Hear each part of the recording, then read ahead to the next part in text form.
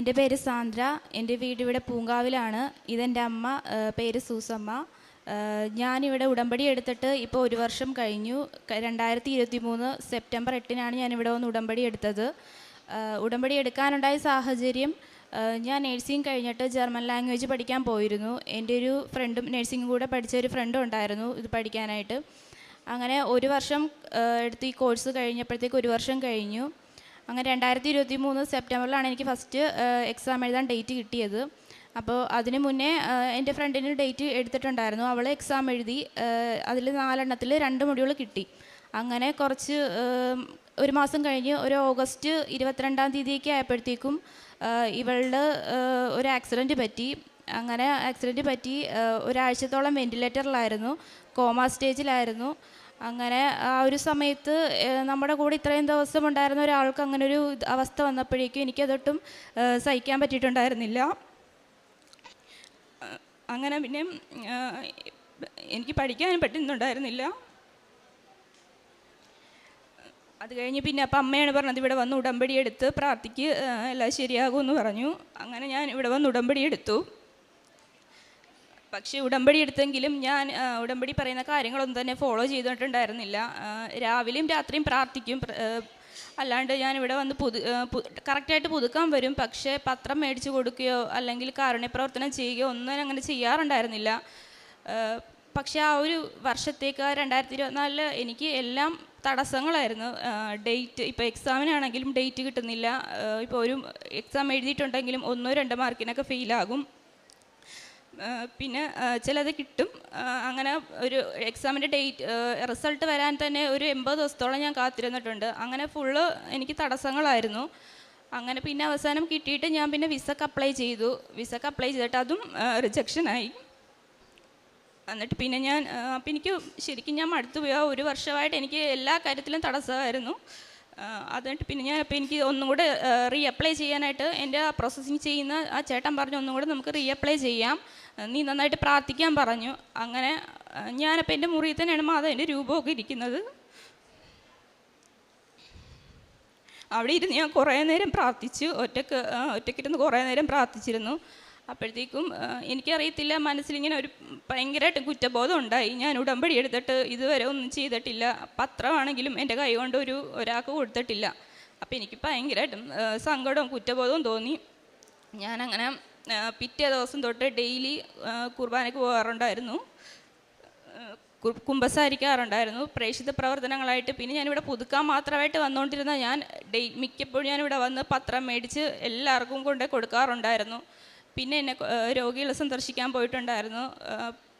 ഇപ്പം നമ്മുടെ കയ്യിലുള്ള പൈസ വെച്ച് എനിക്ക് സഹായിക്കാൻ പറ്റുന്നവരെ സഹായിച്ചിട്ടുണ്ട്.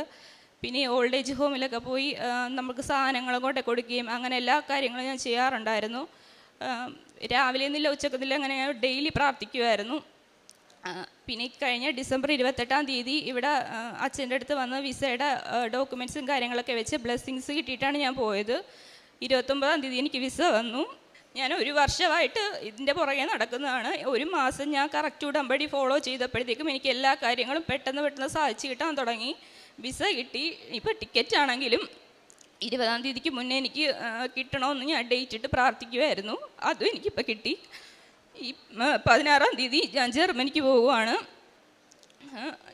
ഇപ്പം എനിക്ക് പറയാനുള്ളത്, ഉടമ്പടി എടുക്കുമ്പോൾ നമ്മൾ കറക്റ്റായിട്ട് നമ്മളെ മറ്റുള്ളവരെ സഹായിക്കണം. അല്ലാണ്ട് ഇപ്പം നമുക്ക് പ്രേക്ഷിത പ്രവർത്തനം നമ്മുടെ കയ്യിലുള്ളത് വെച്ച് നമ്മൾ ബാക്കിയുള്ളവരെ സഹായിക്കുക, പ്രേക്ഷിത പ്രവർത്തനം നടത്തുക, പത്രം മേടിച്ച് കൊടുക്കുക, ഇതൊക്കെ ചെയ്യുമ്പോൾ നമ്മുടെ കാര്യങ്ങളെല്ലാം മാതാവ് സാധിച്ചു തരും. മാതാവിന് 1000 നന്ദി മാത്രമേ എനിക്ക് പറയാനുള്ളൂ. ജോഷുവ 3-ാം അധ്യായം 5-ാം തിരുവചനം അരുളി ചെയ്യുന്നു, നിങ്ങൾ പശ്ചാത്തപിക്കുവിൻ, നാളെ നിങ്ങളുടെ ഇടയിൽ കർത്താവ് അത്ഭുതം പ്രവർത്തിക്കും. സാന്ദ്ര ഫ്രാൻസിസ് തൻ്റെ ഇടയിൽ ഇന്ന് അത്ഭുതം പ്രവർത്തിക്കുന്ന കർത്താവിനെക്കുറിച്ച് അനുഭവിച്ചു. ആ കർത്താവിൻ്റെ സ്നേഹം തനിക്ക് പങ്കുവയ്ക്കാതിരിക്കാൻ പറ്റുന്നില്ല. അതാണ് ഇന്ന് അനുഭവ സാക്ഷ്യമായിട്ട് തിരുവൾത്താരയിൽ പങ്കുവയ്ക്കുന്നത്. താൻ ഉടമ്പടി എടുത്തത് മാത്രം, പിന്നീട് താൻ ഒന്നും ചെയ്തില്ല എന്ന് ഈ മകൾ പറയുന്നുണ്ട്. 1 വർഷമായിട്ടും തൻ്റെ ജീവിതത്തിൽ ഒന്നും നടക്കുന്നില്ല. എന്നാൽ പിന്നീട് തനിക്ക് തന്നെ ഇങ്ങനെ പോയാൽ പോരാ എന്നുള്ള ആ ബോധ്യം കിട്ടുന്നു. പിന്നീട് അങ്ങോട്ട് ഒരു വർഷം താൻ ചെയ്യാത്തത് 1 മാസം പിന്നീട് ഈ മകള് ചെയ്യുകയാണ്. ഇന്നും ഈ മകള് ആ ഒരു തീഷ്ണതയിലാണ്. അങ്ങനെ തൻ്റെ കാര്യങ്ങൾ ഓരോന്നും പിന്നീട് എത്ര പെട്ടെന്നാണ് നടന്നതെന്നും അപ്ലൈ ചെയ്ത് റിജക്റ്റായ ഓരോ കാര്യങ്ങൾ, അതായത് വിസയുടെ കാര്യങ്ങളും ഇതെല്ലാം പിന്നീടെല്ലാം തനിക്ക് കൃപകളായിട്ട് വരുന്നു. ജോസഫ് അച്ഛൻ്റെ ബ്ലെസ്സിങ് കിട്ടി. പിറ്റേ ദിവസം വിസയും കിട്ടുകയാണ്. 1 വർഷം കൊണ്ട് നടക്കാത്തത് 1 മാസത്തിനുള്ളിൽ, അതും വിസ 1 ദിവസത്തിനുള്ളിൽ തനിക്ക് ലഭിക്കുന്നു. അങ്ങനെ തൻ്റെ ടിക്കറ്റുമൊക്കെ ക്ലിയറായി ഇന്ന് ജർമ്മനിക്ക് പോകുവാനായിട്ട് താൻ തയ്യാറെടുത്ത് നിൽക്കുമ്പോൾ കൂടെ കൊണ്ടുപോകുന്നത് തന്നെ കരുതുന്ന, താൻ ഇന്ന് സ്നേഹിക്കുന്ന ദൈവത്തിൻ്റെ സാന്നിധ്യമാണ്.